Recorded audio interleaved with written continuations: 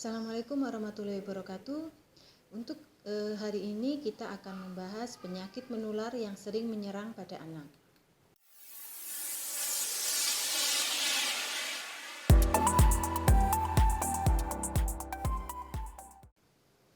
Untuk kesempatan kali ini kita hanya akan membahas 4 penyakit menular yang sering menyerang pada anak. Yang pertama adalah diare, cacar, ispa, dan demam berdarah.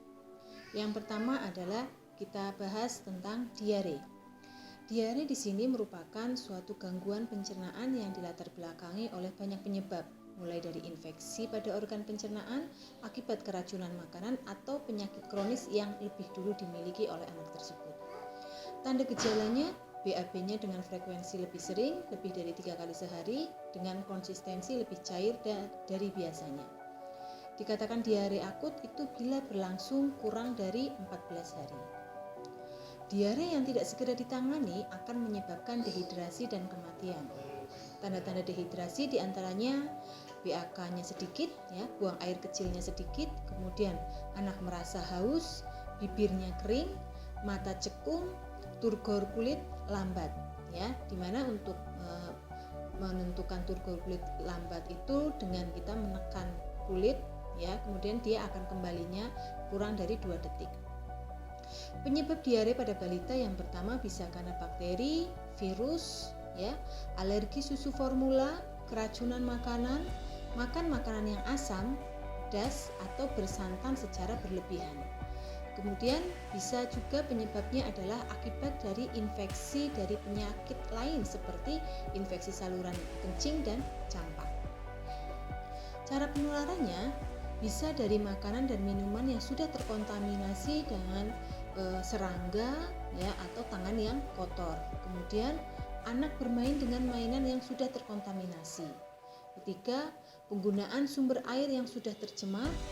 Kemudian tidak memasak air sampai mendidih, tidak mencuci tangan sebelum menyiapkan makanan pada anak, sehingga mengkontaminasi perabotan dan alat-alat yang dipegangnya.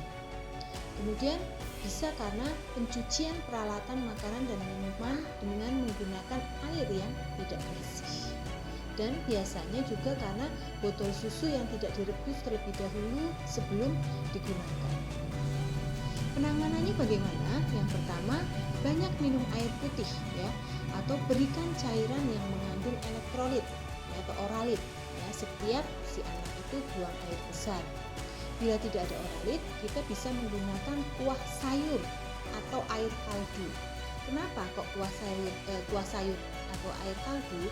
Karena garam yang terkandung di dalamnya dapat membantu mengisi ulang mineral dan elektrolit yang dibutuhkan, serta memperlambat berkurangnya cairan dalam tubuh.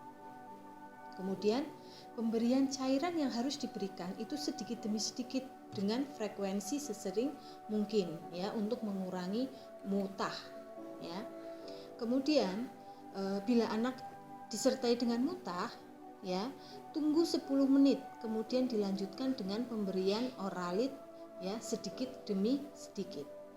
Kemudian boleh memberikan prebiotik yang dapat dicampur di minuman atau makanan anak atau diminum secara langsung. Kenapa?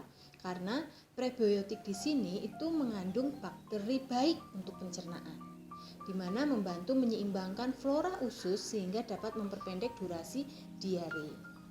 Kemudian jangan pernah memberikan obat untuk menghentikan diare apapun kecuali obat dari dokter. Kemudian apabila anak terlihat semakin lemah, bawa ke rumah sakit. Selanjutnya, makanan yang harus dihindari selama anak mengalami diare. Yang pertama, makanan yang pedas yang mengandung sambal atau lada, Ingat, karena makanan yang pedas di sini mengandung senyawa yang bisa mengiritasi usus, yaitu senyawa capsaicin, Kemudian makanan yang berminyak dan berlemak itu juga tidak diperbolehkan, harus dihindari untuk sementara, karena makanan yang digoreng itu cenderung memiliki tekstur yang keras. Selain itu, makanan yang mengandung banyak lemak itu juga akan memicu otot perut menegang, Kemudian makanan tinggi serat itu juga harus dihindari dulu selama anak mengalami diare, karena tahu kan kalau makanan yang tinggi serat itu akan melunakkan feses, bukan memadatkan feses, sehingga malah justru nanti bisa memperparah dari diare. Kemudian makanan yang berbahan dasar susu, contohnya es krim, keju, dan susu cair. Kalau anak masih mengkonsumsi susu formula, sebaiknya susunya dihentikan dulu, ya. Karena apa? Karena di dalam susu itu mengandung laktosa atau gula alami yang ada pada sapi, di mana di sini dapat menimbulkan gas yang membuat perut terasa embun, ya. Jadi makanan yang berbahan dasar susu yang boleh dikonsumsi selama diare itu adalah yogurt. Karena ya tadi di awal sudah disampaikan, yogurt ini mengandung prebiotik, bakteri baik untuk pencernaan. Kemudian yang perlu dihindari juga makanan yang terlalu manis, karena dapat membuat usus itu memproduksi air dan menimbulkan kondisi elektrolit itu berlebih, ya. Hal ini akan mendorong kerja pencernaan untuk buang air besar. Kemudian berarti makanan apa yang boleh dikonsumsi, ya? Makanan yang cenderung hambar dan mengandung sedikit serat atau rendah serat, seperti contohnya nasi putih, ya, pisang, roti yang dipanggang, ya, roti panggang, kemudian kentang rebus, ya, wortel rebus, atau memasak dengan sayurnya adalah sayur wortel, ya. Kemudian pencegahannya bagaimana? Ingat, yang pertama adalah biasakan mencuci tangan dengan sabun di bawah air mengalir, ya, sebelum menyiapkan makanan untuk anak serta setelah BAB, ya, itu wajib. Kemudian memasak air minum sampai mendidih, merebus botol susu sebelum dipakai, mencuci dan membilas alat makanan dan minuman dengan air bersih yang mengalir, kemudian membiasakan buang sampah pada tempatnya. Oke. Kemudian pencegahan selanjutnya, biasakan anak itu untuk mencuci tangan sebelum makan dan setelah menggunakan kamar mandi. Kemudian tutup makanan atau minuman sehingga terhindar dari binatang. Kenali jenis makanan yang dapat menimbulkan alergi, ya, terutama pada balita. Kemudian bersihkan alat bermain serta lingkungan rumah secara teratur. Jika belum diolah untuk bahan makanannya, sebaiknya masukkan di dalam kulkas. Karena apa? Karena kalau dibiarkan di luar, ya, membiarkan makanan pada suhu luar dapat mendorong pertumbuhan dari bakteri.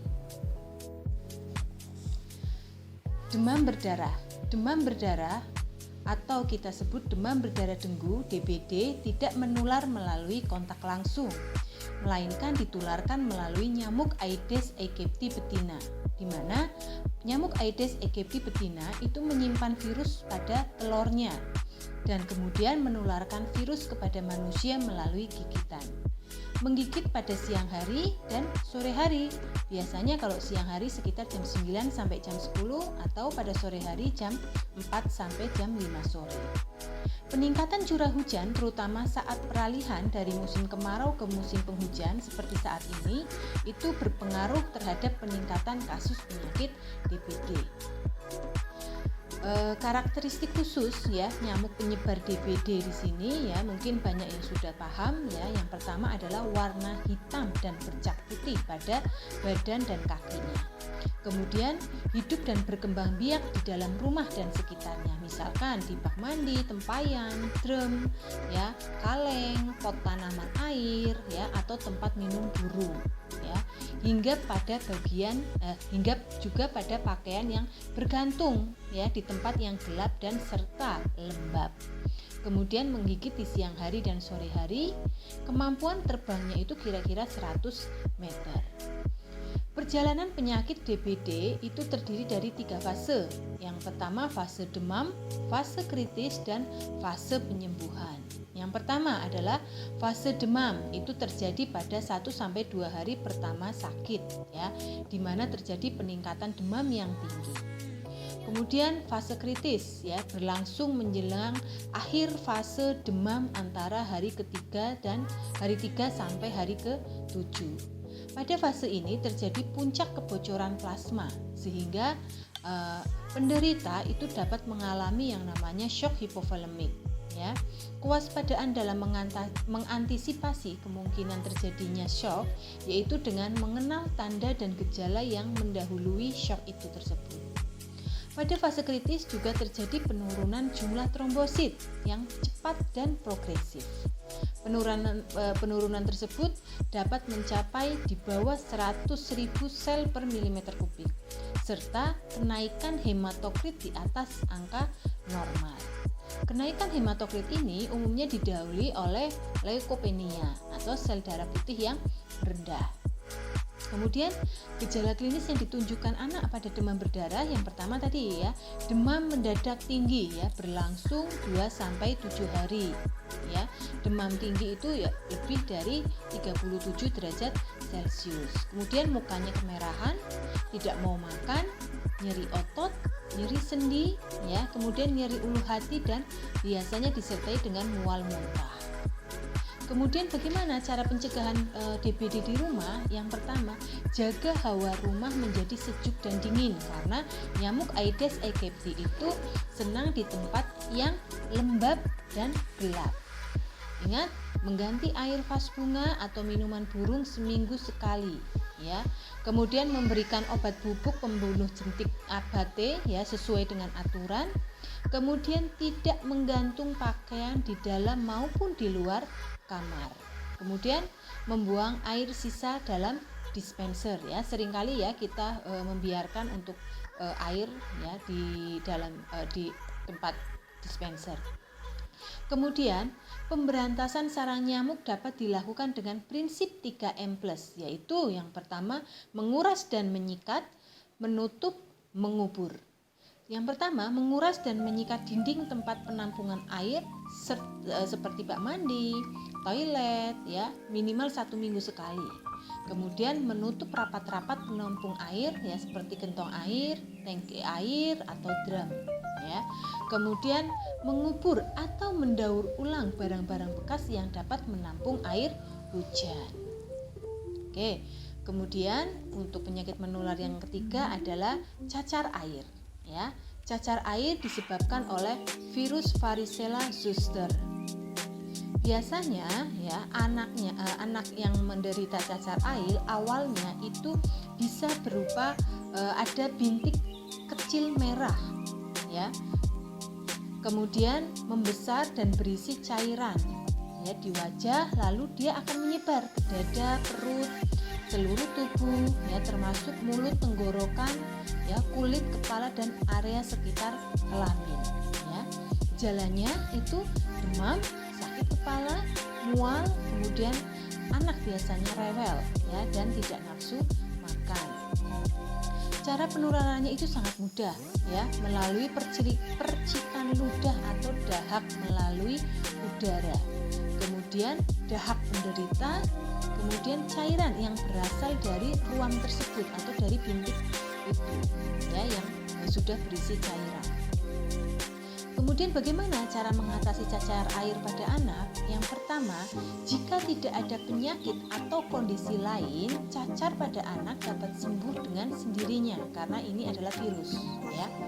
Kemudian namun kalau untuk meredakan demam dan ketidaknyamanan yang dialami anak ya karena mungkin gatal ya karena ruam itu ya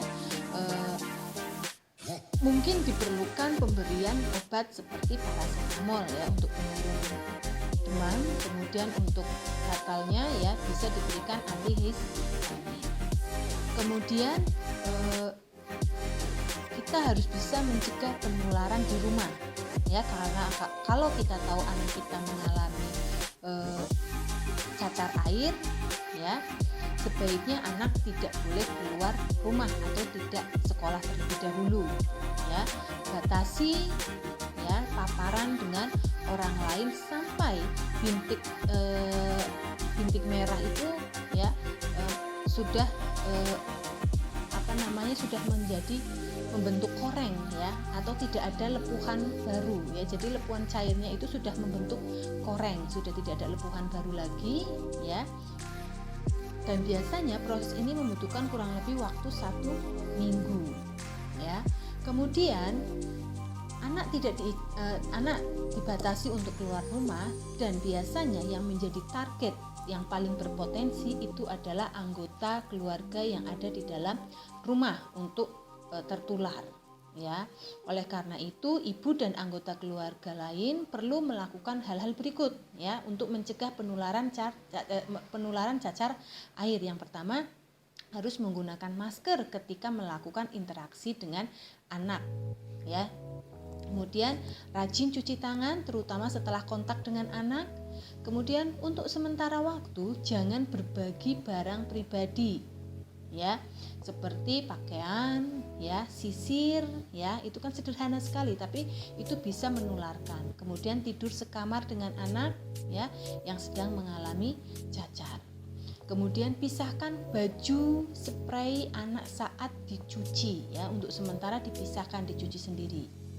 Kemudian segera menyeka benda atau permukaan yang terkena kontak dengan anak ya yang sedang mengalami cacar, atau bisa menggunakan cairan antiseptik.